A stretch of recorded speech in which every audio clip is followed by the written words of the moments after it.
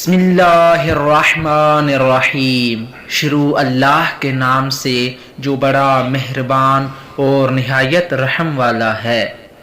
मेरे मुअज़्ज़िज़ और मुहतरम सामईन, अस्सलामु अलैकुम व रहमतुल्लाहि व बरकातहू। आज हम आपके सामने रजबुल मुरज्जब को रजब क्यों कहा जाता है और इस माह रजब का दूसरा नाम क्या है, इसके बारे में बात करेंगे।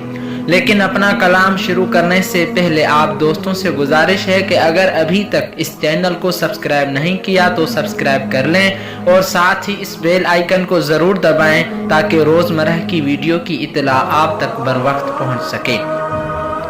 मेरे मुअज़्ज़िज़ और मुहतरम सामीन, किताब मन ला यहज़ुरुल फ़क़ीह जिल्द नंबर 2 में हज़रत इमाम मूसा काज़िम अलैहिस्सलाम से रिवायत है कि हज़रत इमाम मूसा काज़िम अलैहिस्सलाम ने फरमाया कि रजब एक अजीम महीना है जिसमें नेकियों का सवाब 2 गुना हो जाता है और बुराइयां मिटा दी जाती हैं।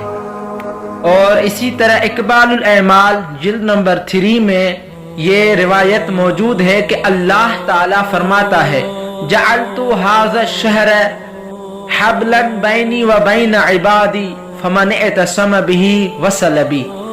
मैंने माह रजब को अपने और अपने बंदों के दरमियान रसी करार दिया है, बस जो शख्स इसके साथ मुतमस्सिक हो जाए वो मुझ तक पहुंच जाएगा।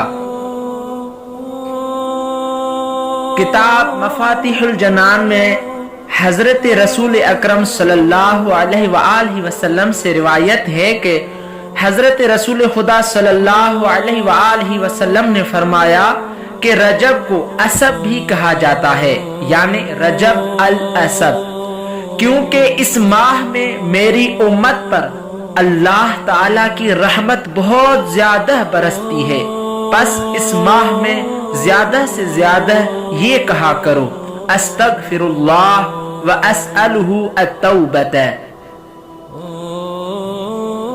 और इसी तरह मफातिहुल जनान में हजरत इमाम मूसा काज़िम अलैहिस्सलाम से रिवायत है कि इमाम मूसा काज़िम अलैहिस्सलाम फरमाते हैं कि रजब को रजब क्यों कहा जाता है, इसलिए कि रजब बहश्त में एक नहर का नाम है जिसका पानी दूध से ज्यादा सफेद और शहद से ज्यादा शीरीन है। और जो शख्स इस माह में एक दिन का रोजा रखे तो वो उस नहर से जरूर सैराब होगा।